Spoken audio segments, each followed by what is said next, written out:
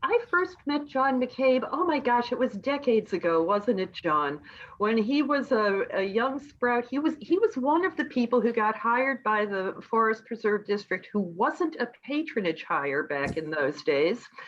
And he was a member of the resource, one of the newly formed resource management crews. So, he was out in the field cutting down invasive species and setting prescribed fires and, hands-on stuff. And over the course of the years, John has risen to pretty, darn near the top of the Forest Preserve District. There's the general superintendent who's the boss of the whole thing, and John, director of resource management, reports to Arnold Randall, the general superintendent. So John is responsible for everything having to do with the health of the land and the wildlife that's in the land.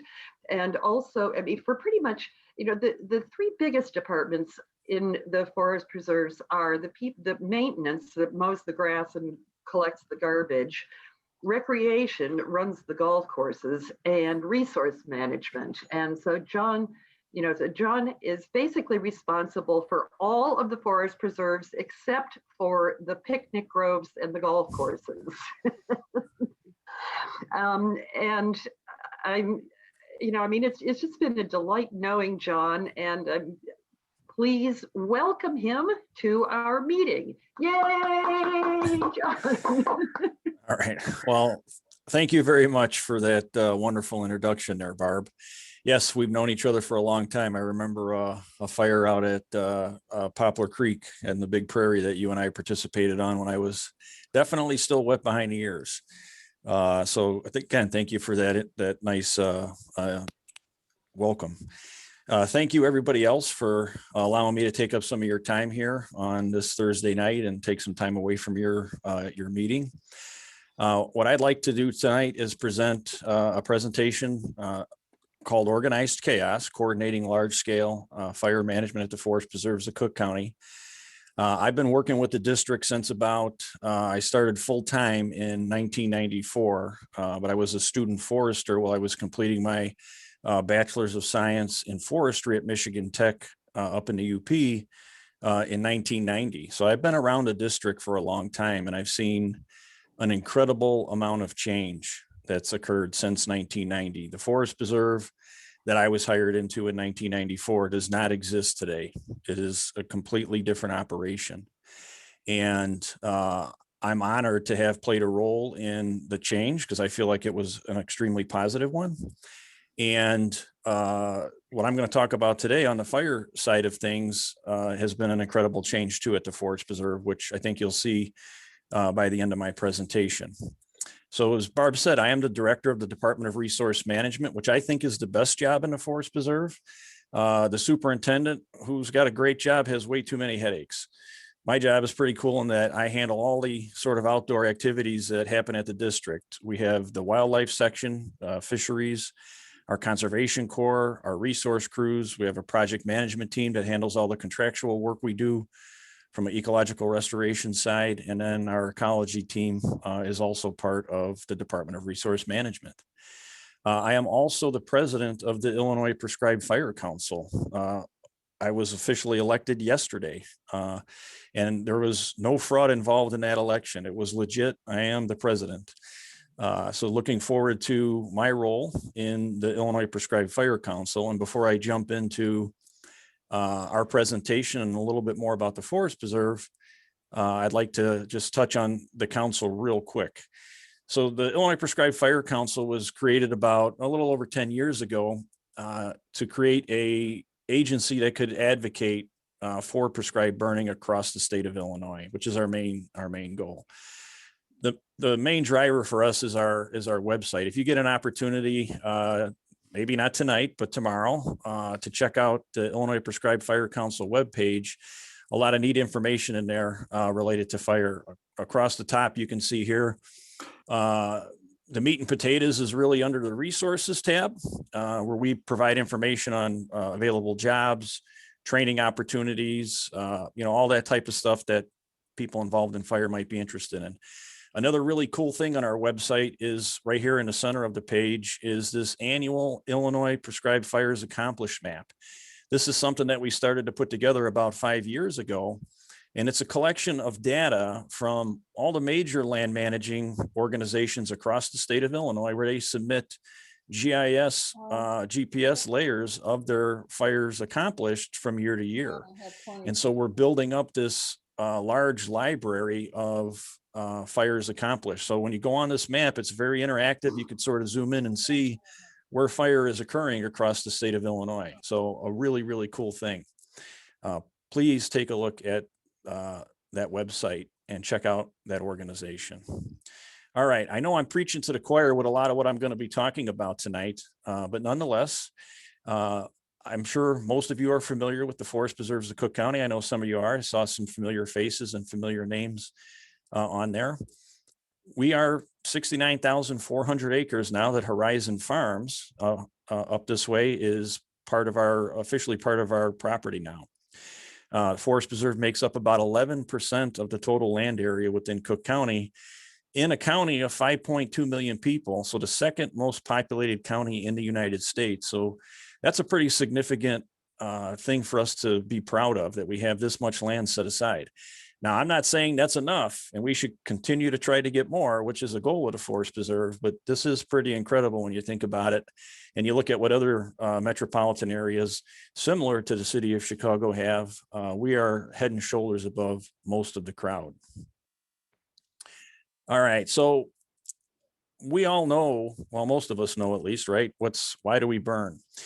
In some cases, it's fuel reduction, mainly to increase biodiversity, replicate what we consider natural disturbances, and knock back invasive species, depending on what habitat we're in, but it could be, just generally keeping woody vegetation in check.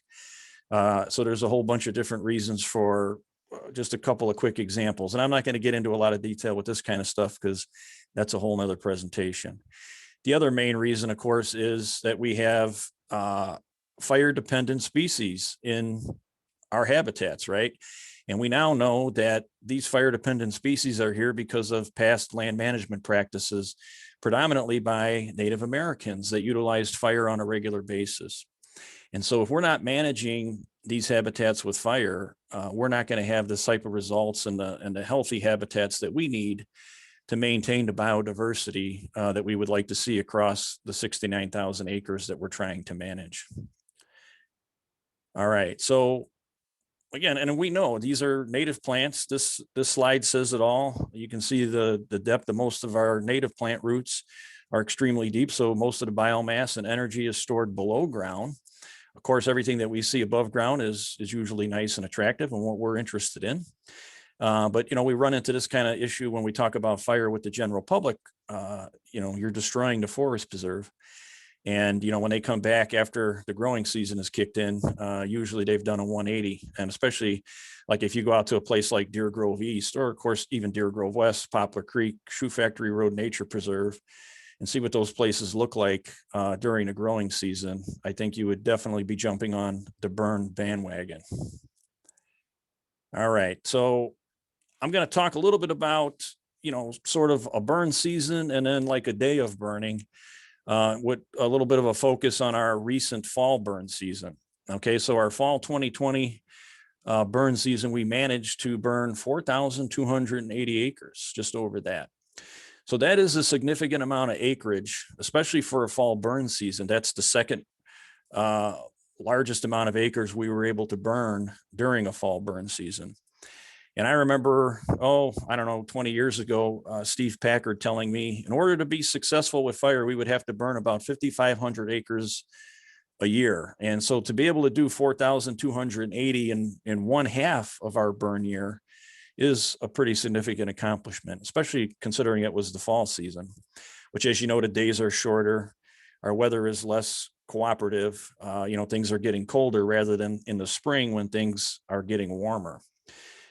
So a real positive season there. And especially with the COVID situation, we weren't sure we were even going to get a fall season in. We ended up with 2 burn days in spring of 2020, and then we ended up having to shut down completely. So we basically lost our spring 2020 burn season. So when we talk about fire season and we talk about our fall fire season, we don't just all of a sudden decide it's time to start burning one day, right? There's a lot of planning that goes into it beforehand. And again, I'm not going to go into a whole ton of detail about that, but I do want to touch on that. So this picture is this is like an ecology walkout at a site down in the Palos region. But I want to make the point that like our ecology team works closely with site stewards. So our volunteers are a key player in us deciding on how we and where we are burning. Of course, we're doing work out in the field to assess how things are going at that particular site and whether fire is needed or not, which again, in most cases it is. And then talking with other people within the Forest Preserve District. So it's the rest of our ecology team, our wildlife team, and our project management staff.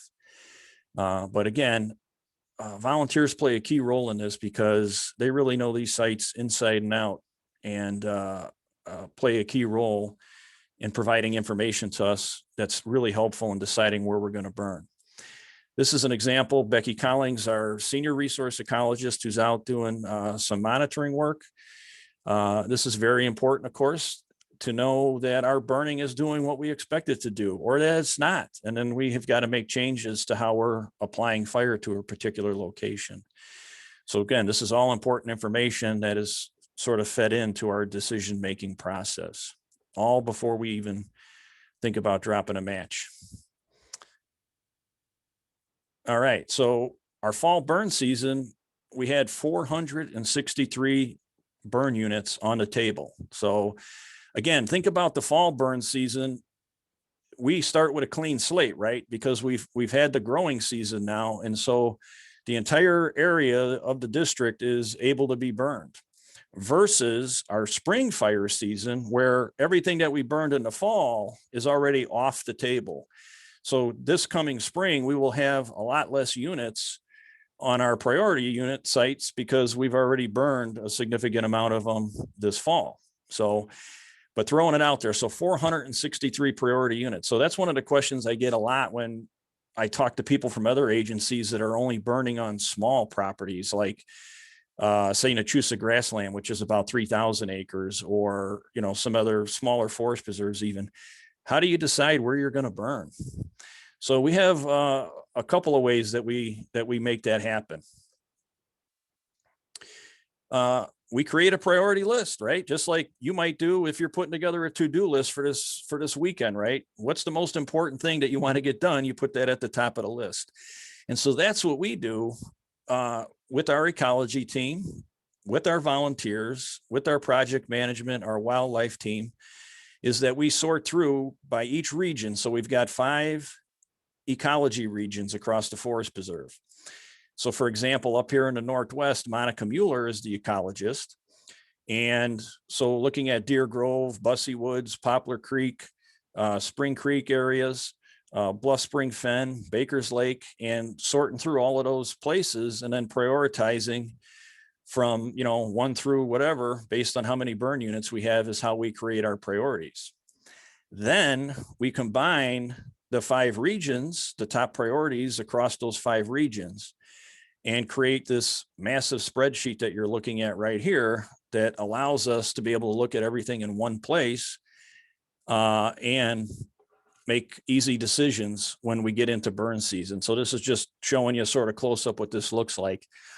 So the really cool thing too about this spreadsheet is over the years, we've really developed this to be user friendly. So for example, where it says Deer Grove West there, that's a hyperlink right built into the spreadsheet where you could just double click on the Deer Grove West and it takes you right to the map for that particular site.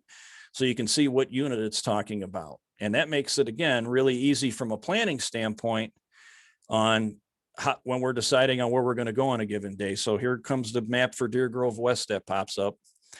And depending on what my conditions are for the day, this makes it really easy for me to see what our targets are out at this particular site and if we are going to be able to get out there and get any burning done. So this makes it, again, very easy. And as you can see on the map, I'm a visual person, so I like looking at the map even better than the spreadsheet. We have this prioritized by color on the map. So our highest priority at Deer Grove West is the red polygon. Our second highest priority is the orange polygon, and on down the list it goes.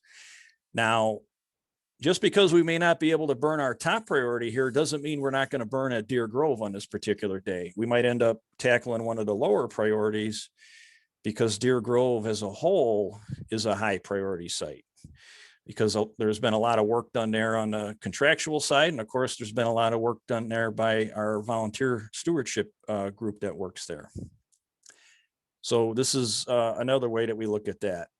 And then my particular favorite way is this KMZ file, where we have everything built into Google Earth, and you could just pop it in. It's supposed to kind of zoom up close so you could see it. My click isn't working here. So, but the nice thing about this is that all those priorities are overlaid, as you could see, across the Forest Preserve District.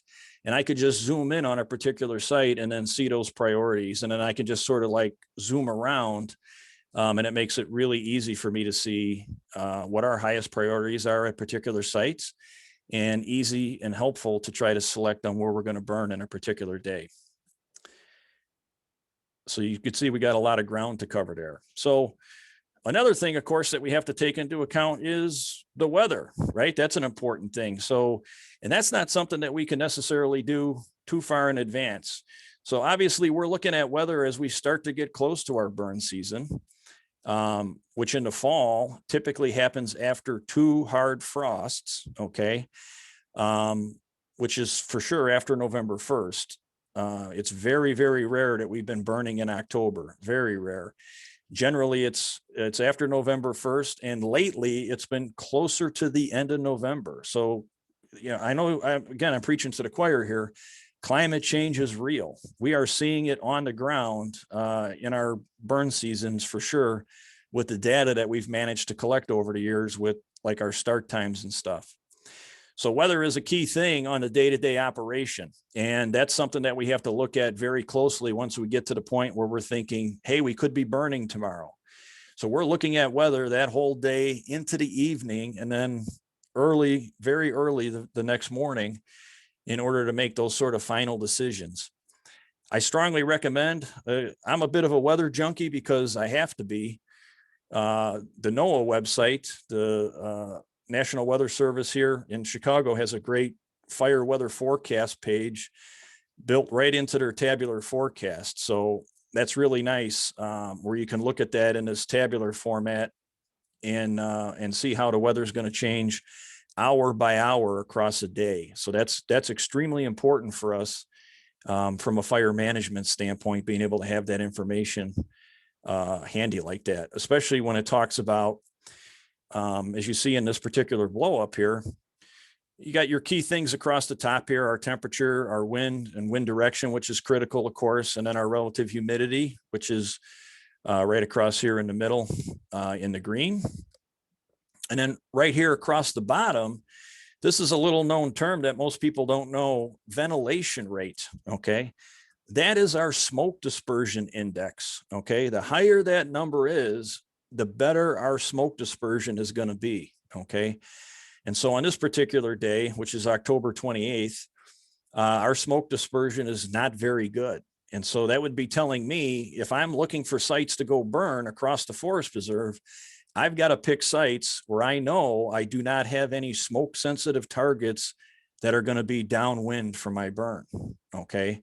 And smoke sensitive targets are places like schools, hospitals, nursing homes. Those are places that we put giant red X's on our maps because we want to avoid those at all costs.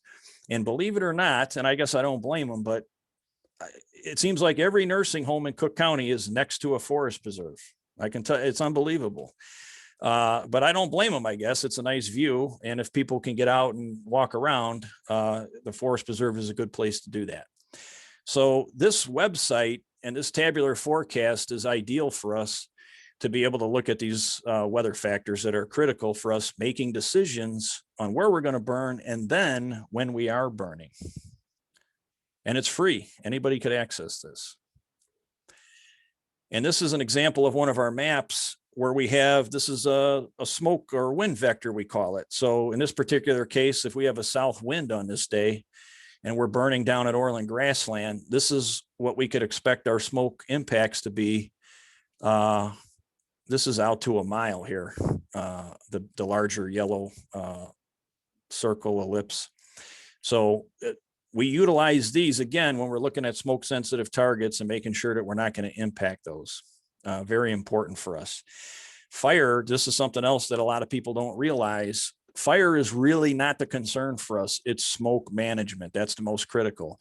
Almost every forest preserve has some kind of natural barrier around it, whether it's a road, it's a paved bike trail, parking lot, a water body, and it's not going to go anywhere. It's not going to impact the general public or somebody's home. But the smoke is another issue. That is the biggest concern for us, smoke management by far. All right, trying to get this to roll without. Okay, so this is just an example of an email that is going on between myself and other key staff in our decision-making process, Troy Showerman, who's our project manager, who handles all of our contractors, and then Chip O'Leary, who's our deputy director, where we're talking about, maybe getting out to burn or following up on something. So anyway, that's a March 29th email back in 2019. And so we're sort of game planning where we might go based on certain conditions. And so this conversation is just ongoing. So this is even when we're out burning, which you're going to see throughout my presentation here. That this conversation just has to happen all the time once we're in burn season.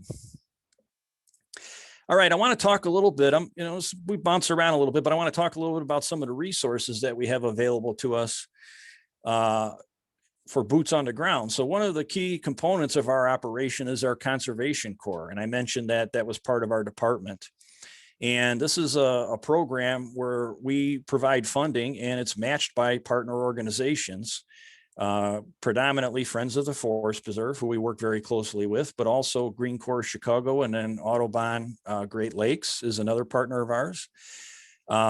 And these conservation corps crews get trained and they're able to come out and burn with us. So they end up actually functioning as an additional crew for us. So this is a big help to us, especially if we have a longer burn season where our staff that might be out there every day, having a conservation corps crew that comes out, maybe they come out sometimes every day, but not always. But it's nice to have a fresh pair of legs out there and a fresh back to carry that water backpack for our staff that might have been out there a couple of days in a row. So conservation corps crews are a big help.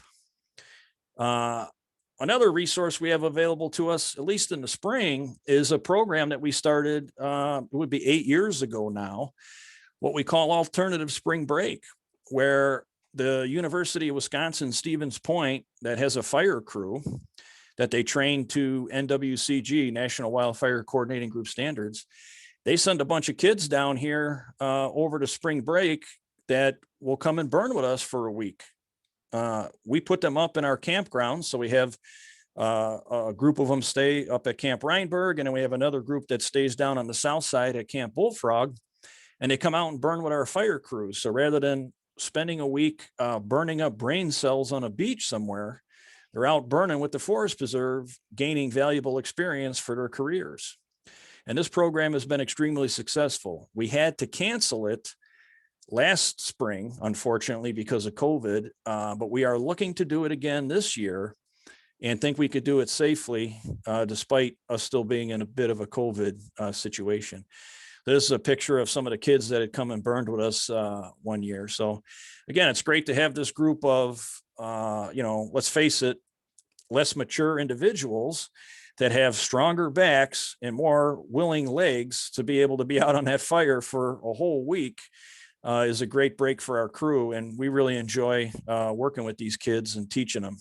So it's a lot of fun. But another resource that we have available to us to help us get more acres burned. Another key resource for us is our volunteer groups. And this particular picture, which was taken down at Poplar Creek, and I think actually that might be Barb in this photo here. we burned on this particular day with there's 2 district staffers in this picture. That's Chip O'Leary on the right and me in the middle. But everybody else in this photo is a volunteer that came out and burned with us on that particular day. And we had a couple other district staffers out there. But the fact of the matter is, and I told this to Jenny Flexman, who was sort of the lead person in helping to coordinate the volunteer response here, is that we could not have done this burn on that day without this volunteer turnout. And so having all of these folks come out and be able to get, this was a significant burn too. If you know Poplar Creek, this is probably about a 70, 80 acre burn. So that was pretty good sized fire we got done that day. And we wouldn't have been able to do it without the volunteer team that turned out. So again, this is out of Bluff Spring Fen. You could see this is a couple of years ago. Leon Halloran's out there with us and a bunch of other folks that regularly work out of Bluff Spring Fen. So I want to mention too that in order to come out and burn with us, so these volunteers that you saw in that photo all have been trained. That's something else that's changed at the Forest Preserve. When I first started with the district full time back in 1994, and we were going to go out on a burn day, the person who was sort of leading the burn would just go to each crew and say, "Who wants to burn today? Who wants to burn today?" And it was sort of like, you just would get whoever was wanted to come out. And in most cases, people did not have any formal training. So we have really come a long way since then. All of our staff at a minimum has the Chicago Wilderness Midwest Ecological Prescription Burn Crew Member Training. That's a mouthful. But that was originally put together through Chicago Wilderness and all the other land management agencies around here. So the other Forest Preserve districts, DNR, TNC, all played a role in putting that together. That started in 2001. We are still teaching that today. Now it's being managed by the Morton Arboretum. I am still teaching that class with the Morton Arboretum. We have a class coming up actually March 4th and 5th. We are doing our second virtual Chicago Wilderness burn training. So if anybody's interested in listening to me and my co-instructor for 2 full days, sign up for that class. The other avenue we have for getting training is the National Wildfire Coordinating Group, the NWCG. So that's what the U.S. Forest Service mandates that you have to be trained up to, is that particular standard. Most of our staff, our full-time staff that's out on burning, has this basic S-130, S-190 wildland fire behavior training. It's much easier to get nowadays than it was when I first started. I got this initial training back in 1994, and we had to bring people in from the Forest Service from outside of the area because nobody was teaching it here. At least now, if you wanted to get it in person, we have the Medewin hotshot crew that's not too far away, and they've taught the class for us from time to time so we could get our staff up to speed with that. The other key thing on the training side that we have now is this state of Illinois certified prescribed burn manager training. So this is critical. This certifies anybody who's a burn boss. It provides extra protection for you from a liability standpoint. This was put in place back in 2009 through the DNR's push to be able to protect burn bosses. So that's a great certification, and all of our burn bosses, whether it's a contractor or staff, are required to have this certification in order to be a burn boss on a fire on Forest Preserve property. All right, so this is a nice shot of a fire down at Orland Grassland. If you're not, that's way on the other end of the county, but that's LaGrange Road over there off to the east. So again, I talked about the importance of smoke management and wind direction. As you can see here, and you can see there's a lot of black in this photo, you got to be sure that that smoke's going to go where you want it to go when you're going to light a fire like this. Just what we see burning here is probably about 25 or 30 acres worth of fire, let alone what's already been burned, which is probably close to 150 acres. So definitely got to be keeping an eye on that. So another key thing with fire, right, is communication. And I started this notification email that I send out. Oh, I don't even know how long ago it was now, I forget. But this really started from something that I had worked with volunteers on even before we really got into any kind of major burning at the Forest Preserve back in the late 90s. Linda Masters, who's the site steward out at Soame Woods, we had a phone tree that if we were going to burn in the North Branch, I would call Linda at night, and then she would call all the other North Branch volunteers and let them know we were going to be burning the next day somewhere in the North Branch. And that rolled into this email notification that I started once email sort of became more popular. And now this email that I send out goes out to about anywhere from 700 to 750 people during burn season at any given time when I send this thing out. So if anybody's interested in joining my notification list, you can just send me an email, your email, and I will add you to my list.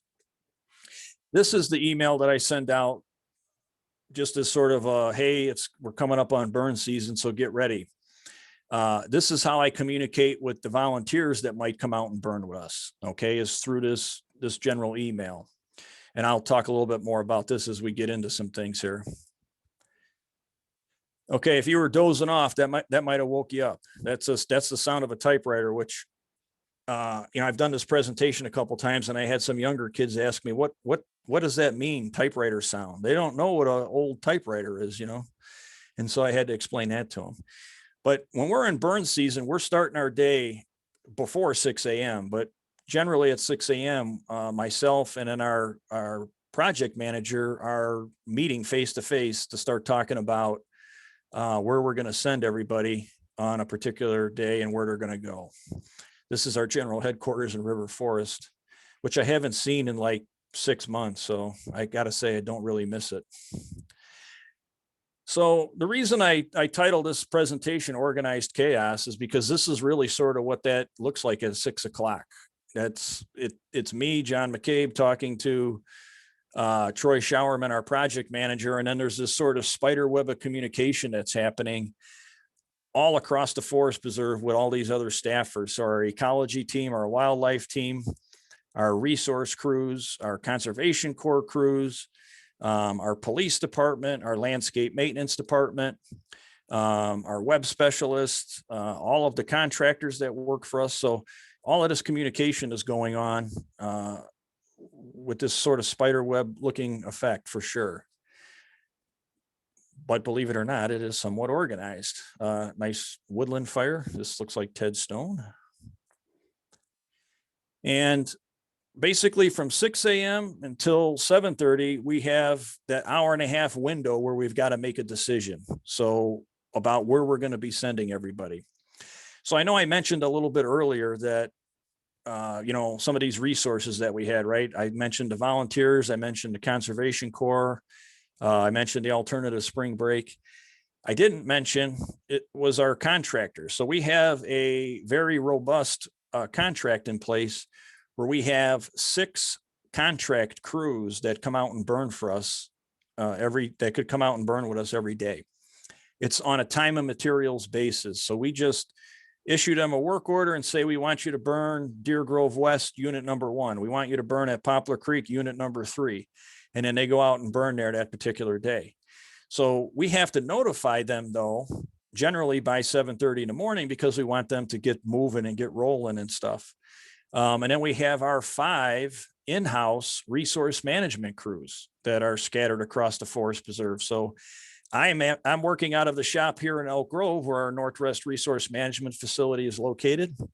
We have our Skokie crew in the Northeast, Salt Creek Central, Palos in the Palos region, and then our Tinley team, which is down in the Oak Forest area.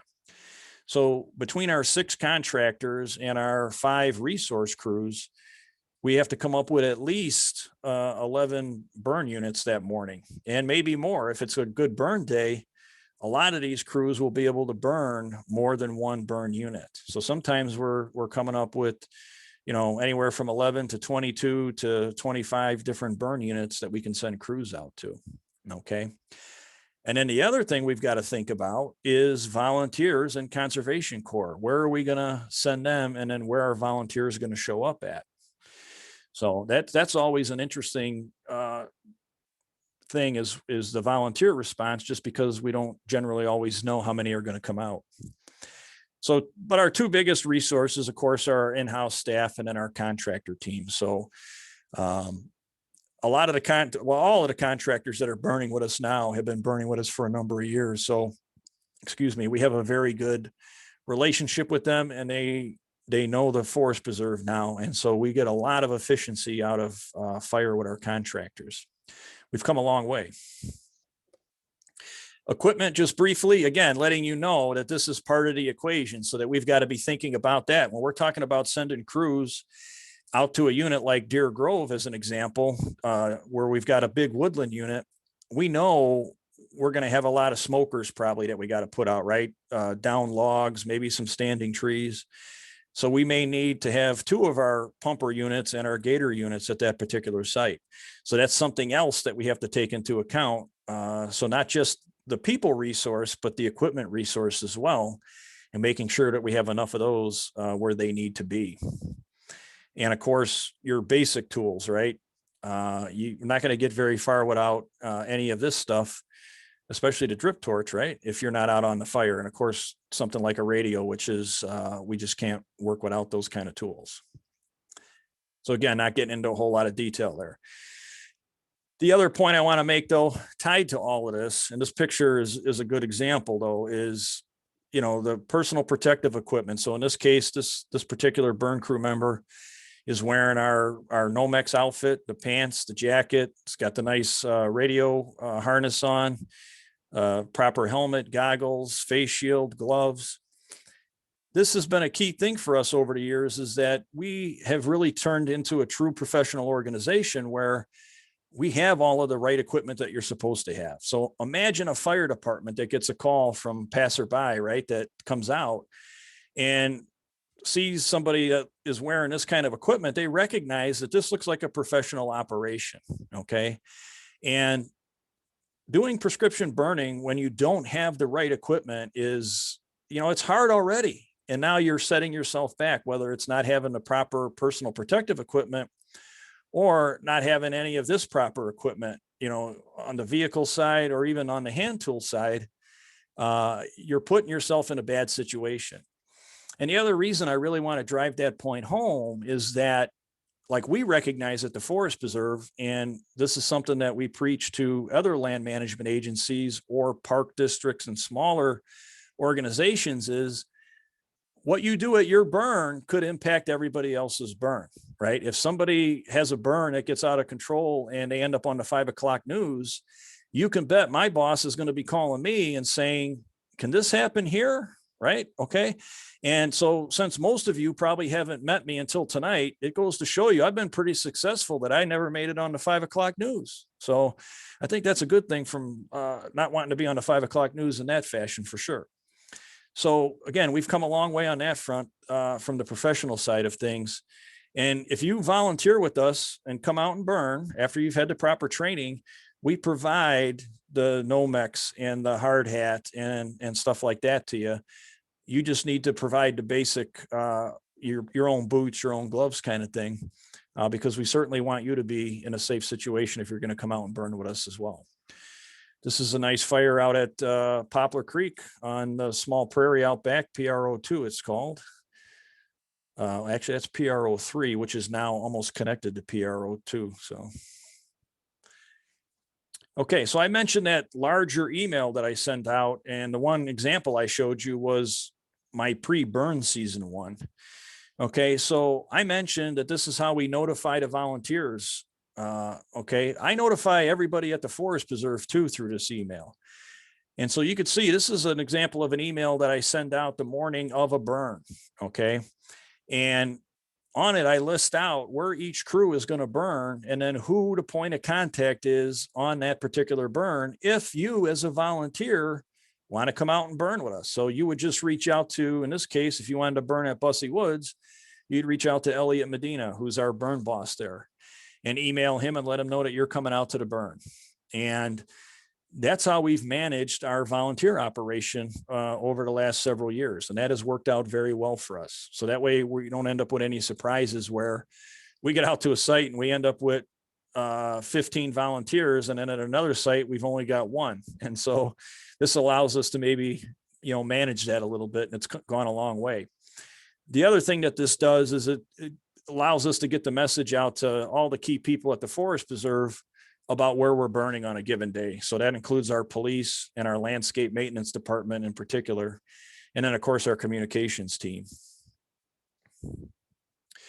And it's a really easy thing to do, right? One email. The other things that we use for communication day of is our website, of course, which is a great resource. We post all of our burns on our website. And then the other thing that I use is an email blast that comes out of the Cook County Emergency Management and Regional Security email notification that goes to all of the municipalities in Cook County, which hits each municipality's fire, police, public works, and elected officials. So with one email from the CCEMRS group, I'm sending out our daily burn information to all those people. So that's a pretty good hit right there. Again, phone calls, we still do day of burns. Anybody who's been involved with brush pile burns knows that you got to call and make notifications, right, on your brush pile burns. Well, we have to do the same thing, of course, with a prescribed burn. And just like with your brush pile burns, you should write down who you talk to because inevitably somebody doesn't get the message, and then we have a police officer or a fire department that shows up at our burn and wants to know what we're doing. And so being able to produce that call sheet with that information on there is a good thing. But again, something that's just critical to the operation. So now we're out burning, right? In the spring season, we might be putting fire down on the ground as early as 9:30. This is a burn up at Spring Creek, up by Long Meadow. And while we're out burning, so whether we start putting fire down at 9:30 or whatnot, we're now thinking about what we're going to do tomorrow. Okay, so these next couple of slides are just pictures of fire, some cool photos I've got just to sort of demonstrate we're out burning right now. But while we're doing this, we're actually thinking about where we're going to be going tomorrow based on what's happening today. So here you see Elliot Medina, our Northwest Resource Management burn boss, and Randy Holtz, one of our Rockstar volunteer burn folks out at, this is Paul Douglas Preserve. And I'm communicating with these folks that are communicating with me as they're burning to let me know how things are going. This is a fire up at Crabtree Nature Center. This is the Stover Marsh at the end of the bus parking lot. Do you think making phone calls is important when you see this smoke plume, right? So definitely people are seeing that from a long way away. Another burn, this is at Paul Douglas again. This is off of Route 62 in Hoffman Estates. So highly visible. Again, communication and signage is very important in these situations. So again, while fire is going on, there's just this constant back and forth between myself and our staff out in the field and in the office about how things are looking, how things are burning, and then should we be in the woods tomorrow or should we stay in lighter fuels? This is that was Dan McMahon Fenn down in Palos. This is out at Crabtree again. This is Bussy Woods. Just getting the last unit done before it started to get dark. Sort of a cool photo. Some of you might know John Yapelli, and he absolutely would burn for food. So, and you can see he's got a lot of black behind him there, so he was happy. This is Spring Lake. We were able to get out early in the spring and we still had ice on the lake. So again, you can see from that smoke plume that definitely people would be seeing that from a long, long way away. This is near Crabtree, but not quite. That's off of Route 62. Just again, a cool photo. Spring Creek again. Again, just driving home the point of how large some of our burns are and highly visible they are in Cook County. Buttonbush Slough down in the Palos region, Mike Feldman, paying homage to the fire gods here. Very important to do that as well. And again, like I said, monitoring and planning. So again, this constant communication about how things are burning and thinking about where we're going to go tomorrow is just an ongoing situation. So when the burns start to end, so again, we've got at least 11 crews that are out burning. And so they put in an email when they're done, and we start to sort of check the crews off the list. And so some crews may be done as early as 2:30, but that's highly unlikely, maybe in the fall burn season. And then some crews may be done, especially in the spring. We're out there, it's after dark. And especially in the fall, you're out there after dark. This picture here was taken out of Carl Hansen, Poplar Creek, after a burn where we're meeting in the parking lot to talk about how everything went. So you don't just like leave the site and then, take off. We got to get together at the end of the burn and talk about how everything went. And if we had any problems, make sure we note that so that we can correct it and make sure that it doesn't happen again. So the other thing that's critically important for us is I showed you earlier on, right? We have 436 units. How do we keep track of what units have been burned and what hasn't been burned? Okay. So this is an example of a burn map that one of our fire crews would make. So in this example, this is Bussy Woods. You can see I-90 to the top, Arlington Heights Road to the right. And this is the end of the day. So Elliot circled the burn unit and basically is saying, we burn this unit. So now we can take this particular unit off of the priority list. So one down, 435 to go. Okay. But as that day continues, we get other crews start to send in their burn maps. So they don't all look the same. People are just maybe taking a picture on their phone, as the example over here on the left out at Swallow Cliff. And then the one on the right is Harms Woods. And again, so you got a couple more units that we knocked off, and we have to keep track of that to make sure that we're not sending a crew out to a unit that might have already been burned. This is Redgate Woods down in the Palos area too, as an example. Now, to be clear, we require all of our staff to give us a GIS or a GPS map. But the day of, it might just be that hand-drawn map. So our staff sometimes will do it at the end of the burn, but sometimes they have to go back out a day or two later and actually map the unit so that we have a exact map of what was burned. The other thing that we require is this post-burn report, which you see here. This one happened to be filled out by one of our contractors, Dave Bart, burning out at Deer Grove East. And so that map that they create also as part of this post-burn report. And this information is critical to going back to the start when I talked about our ecology team doing pre-planning work, right? They look at these post-burn reports, they look at these burn maps to help decide where we're going to burn the following season. Okay, so this is all sort of a circular process here. And it's definitely, there's some paperwork involved, but it's absolutely necessary to happen. So, all right, now here's that spreadsheet that I showed you earlier, right? What I was showing you was the start of the burn season, right? This is what it looks like once we start burning. We start to color code units, okay? Everything in yellow is what we're burning today. Everything in teal is what we're targeting for tomorrow. Okay, everything in orange had been partially burned, so we need to go back there and finish it off. Everything in gray has been completed. The red means that it's canceled. So that might be a unit that we decided to take off the hit list for the season for one reason or another. Okay. In some cases, it may have been put on there by mistake. In another case, we may have issues with wildlife at the site that we weren't aware of or just came to our attention. So this spreadsheet is constantly being updated every day as those post-burn maps come in. And then we continue to make adjustments on where we're going to go. So here's that other map I showed you that I said I like to use, that KMZ that we put on Google Earth. Okay, so this is a close-up now. Our GIS person, our GIS specialist, every day updates this KMZ file and colors in the units that are burned.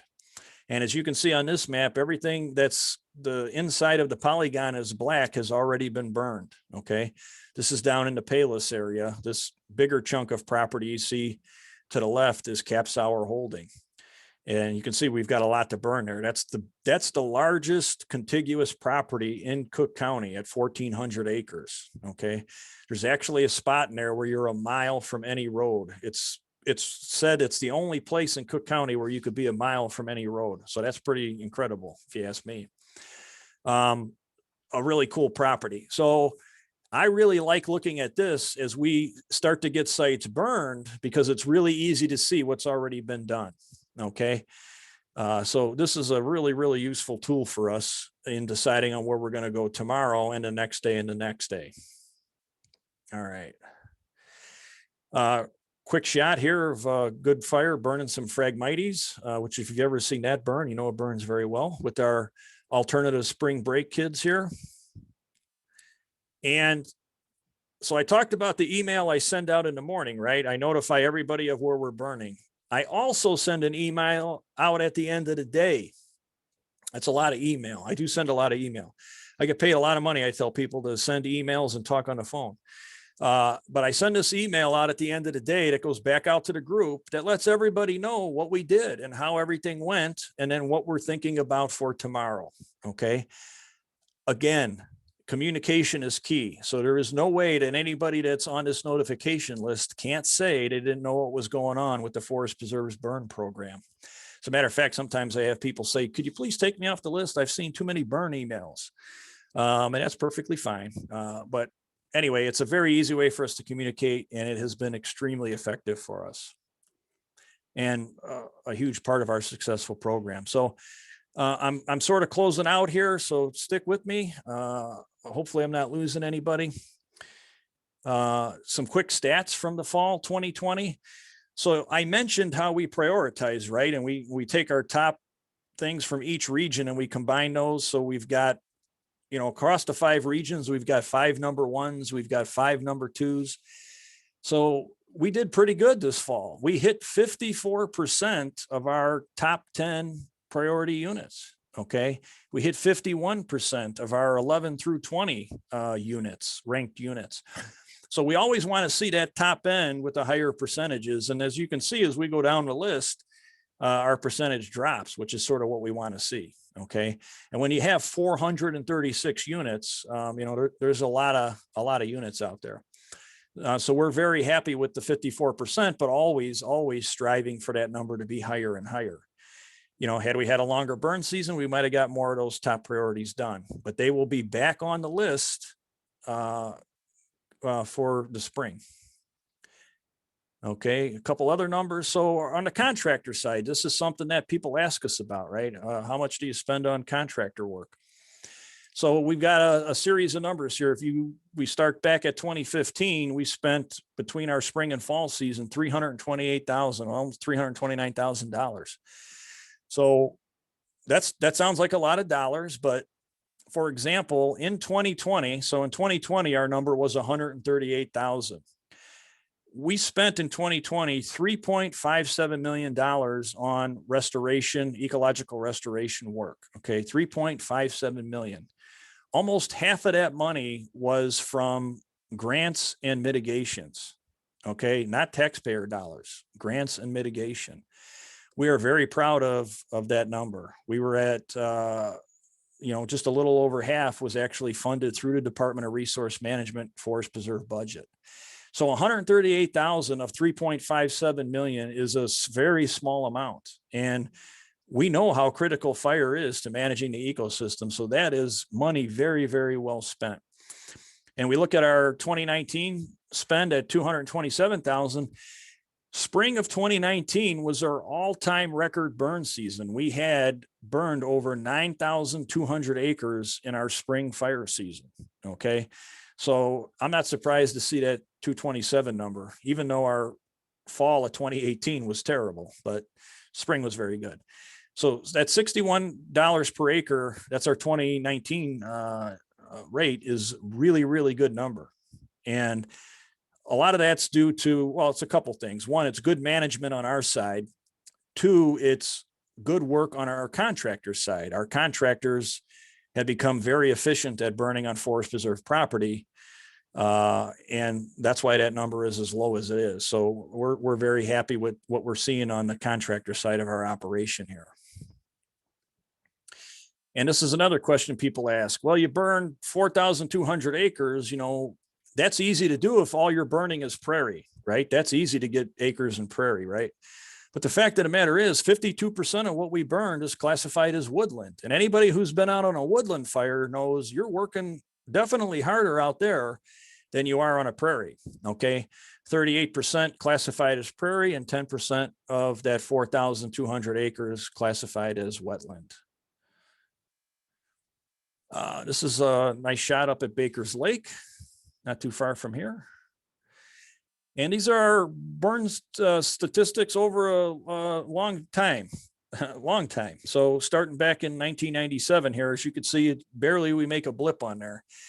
And then you could see as we get into the mid 2000s, we start to finally start doing some burning, but it isn't really until about 2010 where we really start to turn a corner. And that's due to a couple of things. One, and this is really important, and I'm not just saying this because Arnold's my boss, but it's Arnold, Randall, and Tony Preckwinkle. Having the administrative support that recognizes burning is important and it's a critical piece of managing this ecosystem. And they fought for us when we had some initial issues with folks in particular on the northwest side of the city. And so having that support was key. The other piece, of course, is the funding side. I mean, we're not paying those contractors with my good looks, that's for sure. And so bringing the money to the table that Arnold and Tony have brought to us, in addition to us being able to exploit grants and some of these mitigations, has allowed us to ramp this up, because if we're only burning with our 5 in-house crews, these numbers aren't that high. And if we're only adding in, volunteers and Conservation Corps, we're still not going to see the numbers we're seeing now. We need those 6 additional contractor crews. And so that's why you see this bar keep going up. And I anticipate, last year was a blip because we had a very poor fall 2019, and then we got shut down with COVID in 2020 in the spring. So hopefully we're going to turn that around. But I am very proud of this bar graph here and what we've been able to do in the Forest Preserve over the last 10 years. And, I failed to mention, but I really have to thank our partners. And while, what you folks do is key to our operation and in creating advocacy and support for the type of work that we do, in addition to some of our other partners like Open Lands and Friends of the Forest Preserve, Chicago Botanic Garden, Brookfield Zoo, that all support our work. All right, and after action report. So again, almost done here. When we're done burning or burn season is over, we don't just sort of rest on our laurels. Oh, sometimes I do. Every once in a while, you might catch me taking a nap in a chair. But most of the time after burn season, we're doing what we call after action reviews. So yes, this is a staged photo. It's obvious, I know. But I wanted to just make the point that not everything goes well. When you burn anywhere from 15 to 20 units a day, and we may be burning, multiple days in the season, we're going to have issues that occur. And so we need to make sure we address them so they don't occur again. Also, we have things that work very well. And so that we want to make sure we're sharing that across our different teams. So whether it's our staff or our contractors. And so we always have a end of the season meeting or a preseason meeting where we talk through all these things in order to make sure things are working the way we expect them to. So can we do better? Absolutely. And we are always working to do better. As I just mentioned, identifying any mistakes we made and then making sure that we're moving forward to make sure that doesn't happen again. Always looking for different resources, different partners to help us get more done. I do want to take a quick second here. Just watch this transition slide. Hopefully, yeah, there it goes.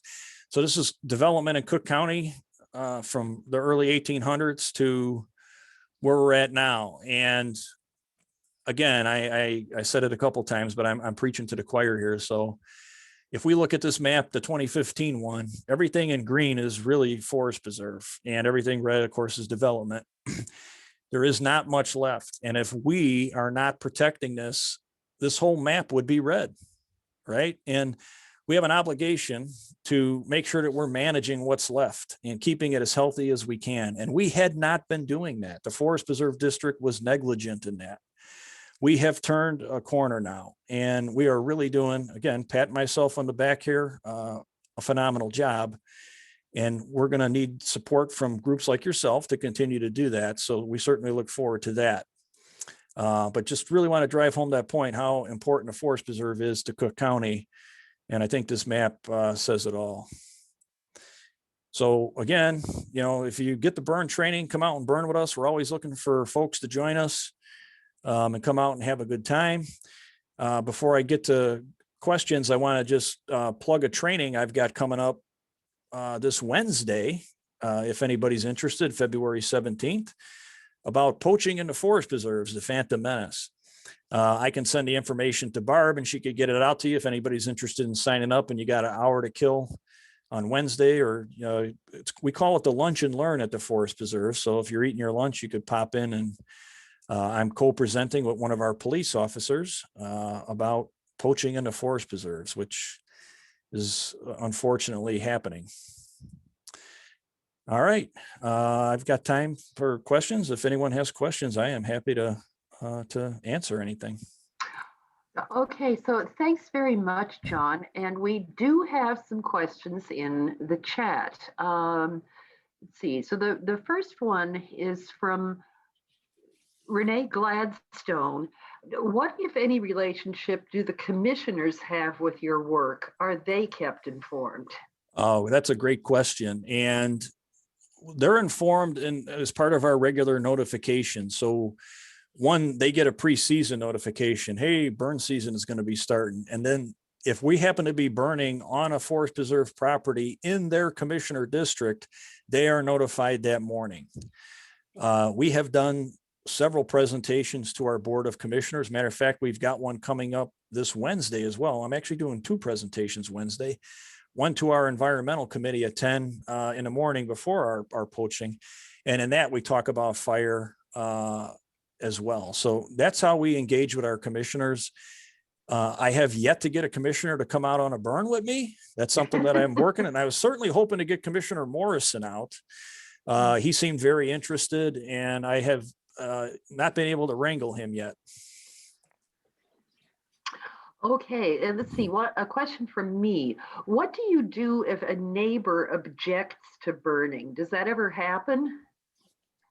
Yeah, absolutely. That happens, Barb. And you've seen me without my hat. So, that's one of the reasons I have the hairline that I do, is dealing with neighbors that are not happy with their burn program. No, that's another thing. I mentioned that I've seen a dramatic change here at the Forest Preserve. That's something else that I've seen a dramatic change in, is people's recognition of the value of fire.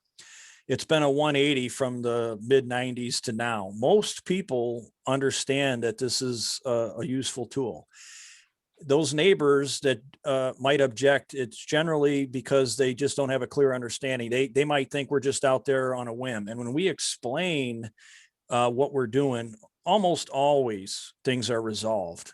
And that's not always the case. Sometimes it's we're going to agree to disagree situation, and we put them on our notification list as an example. And so when we're going to burn at that site, we call them in the morning to let them know, and then they can take whatever precautions they feel they need to take, make sure they keep their windows closed or whatnot. But that's generally how that is handled. But I'd say 95% of them are resolved very amicably. Yeah, and let's see. So Eric Gerlach asks, how do you choose an area to burn, and how often does each area need to be burned? Right. Well, that was that priority list I showed you, and I talked about that pre-planning where our ecology team talks with our site stewards. It's based on a couple of different things, right? It's based on maybe when was the last time it was burned? Has there been any work done at the site? What's the invasive problem like, and is fire going to help it or is it going to hurt it? Okay. Fire is not the cure all. Sometimes fire could make an invasive problem even worse for you. Okay. There are some species like reed canary that actually like fire. So if you burn a site, for example, with reed canary, and then you don't have a follow-up plan to come treat that reed canary, you're only going to exacerbate that problem. Okay. So you've got to take that into account. Another key factor for us is wind direction, right? We don't get a lot of east wind. So if we have a particular unit at a site that requires an east wind, we may not be able to get to that site for a couple of seasons, and it's going to continue to stay at the top of the priority list. And then when we get the right conditions, we might like drop other sites and make sure we go burn that one in that case. So those are some of the things that we look at on a regular basis in deciding on how and when we're going to burn a particular site. Yeah, and then the second part of her question, how often does each area need to be burned? I guess the way I would maybe phrase that would be, in ideal circumstances, how often would you burn a prairie and how often would you burn a woodland if you had all the resources you needed at your disposal and it was a healthy enough ecosystem? The jury's out on that, really. There's two factions there. There's some that would say annually, and there's others, of course, that say no, you do rotational burns. But what I'll say is this: so just on a site-by-site basis, it depends on some of the things I said. Sometimes we'll burn a site 3 years in a row if it had been heavily worked, for example, like there was a lot of brush clearing. And so we might burn it like 3 years in a row to make sure we're knocking back woodies and minimizing the amount of herbicide we need. If you have a healthy prairie, if you could burn that maybe every 3 to 5 years, okay? A healthy prairie every 3 to 5 years. A healthy woodland, again, healthy woodland, maybe 5 to 7, okay? Again, there's just so many things that you got to look at. When you look at the amount of ground that we have to cover, to keep up with a rotation like that, we're probably below those numbers now, but we're not focused on 70,000 acres. The actual acreage that we're managing is much less than that. And so we're able to hit a higher rotation right now, or I should say a narrower rotation. But the more that we continue to work on and the more that we continue to burn, we're going to have to continue to spread that window out. And at some point, we're hoping to get to that 3 to 5 in a prairie, 5 to 7 in a woodland. Okay, Pat Nuccio. Around December, I was at Bussy, north of the boat dock by the bike path, and saw an area that had been burned, but it was pretty linear and maybe only about a half dozen yards away from the trail and maybe a few dozen yards linear. Seemed to be a limited area. I thought burns were more in acreage and more wider areas, not just linear along paths.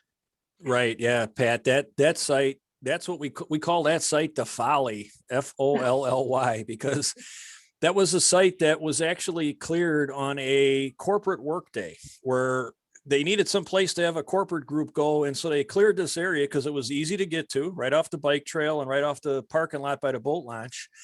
And then the problem was, and this happened a number of years ago before we really thought about these things, now we have to maintain this, right? I mean, if you have a corporate group come out and clear the area, you don't want to just walk away from it. And then somebody from the group comes out and it's like, hey, we wasted our time here. So we do manage that area now and predominantly with fire. And so, yeah, you're right. It's a narrow strip. But the nice thing about that is, you got the bike trail on one side and the lake on the other. So it's a really easy burn. That's when we start talking about burn complexity, that one is kindergarten. But when you say corporate, is that like a field trip or something that people want to see what's going on, and then you just oh, this is like a little demo thing? Well, no, what happened there was like when I say a corporate workday, it's like let's Comcast, for example, like their office wanted to come out and do ecological workday. So they came out and we broke them into smaller groups and they cut all the buckthorn out of there. And we brush pile burned it while they're there. It's a good team building thing for Comcast. They provide some funding to the forest preserve, but then we've got to do the follow-up work. So it was just poor planning on our part because that site is, it's just reforestation next to the lake, but it looks nice now that it's all cleared out. And so that's at least a benefit on the aesthetic side, but you have a very good eye that you caught that. Yeah. And Jeff Weiss asks, are the Chicago Wilderness burn training materials accessible online? Hey, Jeff. Hello. Good to see you tonight. You know what they are. And if not, like you could usually Google it and find that stuff. But what we're doing with the Arboretum now is most of that stuff might even be posted on their webpage. But I can get you anything you need digitally, of course. That's not a problem. Okay. And let's see. So the next question from Pat, it seems, well, I'll read it. I think maybe you've already answered it. How frequently do you go back to reburn areas? In other words, is there a burn cycle of recurring areas, or do you change areas of burn each time? And I think we really just talked about that one, unless you want to add anything. Well, the only thing I would add to that is that there are certain sites where we have sensitive, whether it's plant or animal or insect populations, where we might do what we call rotational burning. So just using a prairie as an example, you might only burn half of it because of an insect population, so that the population that's left in the area that you did not burn will repopulate the area that you burned. Okay. And the bottom line is, if we didn't burn the prairie, then the habitat would be gone and those insects wouldn't be there anyway. So it's just sort of, that's like a necessary when people say, well, you impact, wildlife and insects. And I have to say, yes, we do, but we mitigate those impacts. And here's how. Okay. So I would just add that rotational burn scenario in those situations. And yeah, and let's see, Erica Gerlach asks, which plant species are fire dependent in Illinois? Have you noticed more of these species popping up over your career? And I will toss in here myself that I remember one of your ecologists once telling me that every ecosystem in northeastern Illinois is fire dependent. So, well, yeah. Unfortunately, I would disagree with that, only from the standpoint of, we've got some buckthorn forests out there that are not fire dependent, right? But outside of that, I do agree with that statement. And like in this particular picture here, this is out at Orland Grassland. You've got, Indian grass, big blue stem. Absolutely, though, I have seen a change on several sites across the forest preserve, where I remember going out burning there in the mid 90s, and you were running around with the drip torch, like just hitting spots here and there to get like the site to burn. And now you have just absolute continuous fuel load that is like, you really have to manage this fire. I mean, so what I've seen in, my 25 plus years here at several sites, I mean, Shoe Factory Nature Preserve is a really good example. I mean, that is a site that has just, the change over the last 15 years has been incredible. And the stewardship group that was there was doing a great job, but we just weren't burning the site enough. So they could have continued to work all they wanted, and it was never going to be what it is now, because the level of fire just wasn't there. And so that combination of the handwork, the equipment work now that we have, and then this application of fire is just, it's incredible, the changes that we've seen. Okay, let's see. Jim Wallace says, Forest FPCC is really good with safety. How is your safety record, and which regulatory agencies define such things as PPE, equipment, procedure, et cetera? Yeah, so I mean, that's a good question. And we're not really like subject to like any one sort of regulatory agency, except for, I mean, it's sort of like multiple things. So like on the smoke management side of things, it's the Illinois EPA and Cook County Department of Environment. So we have to obtain permits from them. And then if people complain about, smoke impacts or something, that's who I'm getting a phone call or an email from. OSHA is the organization that oversees, like, if we had an issue with somebody getting hurt. And so our Nomex, our fire boots and stuff are all OSHA compliant as it relates to wildland firefighting. Okay. As far as like overall safety record, I mean, yeah, again, I'm knocking on wood as I'm saying this, but we have not had anybody injured on a fire outside of like normal, somebody might have twisted an ankle or, hurt their hand or something, kind of thing, but nothing with the actual fire or with anything with smoke. And I'm sure that would fall under OSHA as well, if we had an incident, serious incident like that. And so we document, though, any kind of incidents we have on a fire. Like I talked about that after action review that we do. If we have an escape on a unit, and especially an escape that involves us or our contractors contacting outside resources, so that's like having to call a fire department, that's documented, a report is written up, we review that, and then we take appropriate action if needed, whether it's a disciplinary action against a staff member or a financial issue related to one of our contractors. And we have not had to do that here at the Forest Preserve at this time. I mean, we've had after action reports, but we have not had to take any punitive action against staff or contractors. Okay, and it looks like this is the last question from Pat Nuccio. There's so much buckthorn, multiflora, rose, etc. Can you ever get to a point where you can say this area is cleared and we can let natives take over? Yeah, absolutely. No, we've got properties. And so, Barb mentioned to me when we first got on, her and I were the first two on, that normally they invite the speaker out to dinner and we get to talk and all that. And so I've already got an appointment to come back in a year.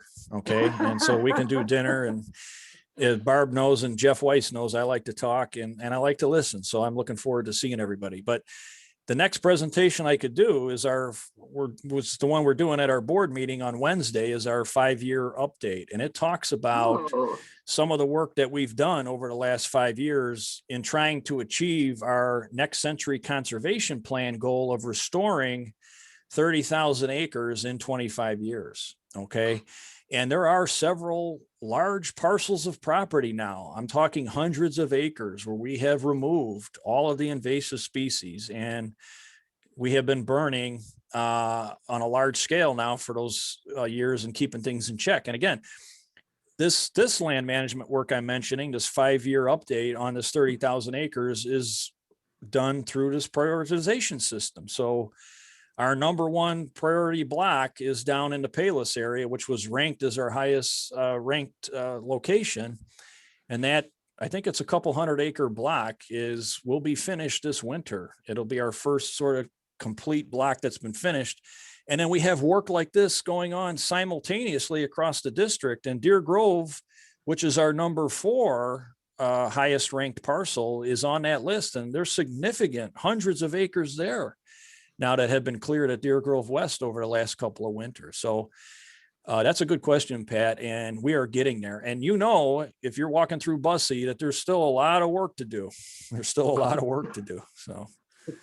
Yeah.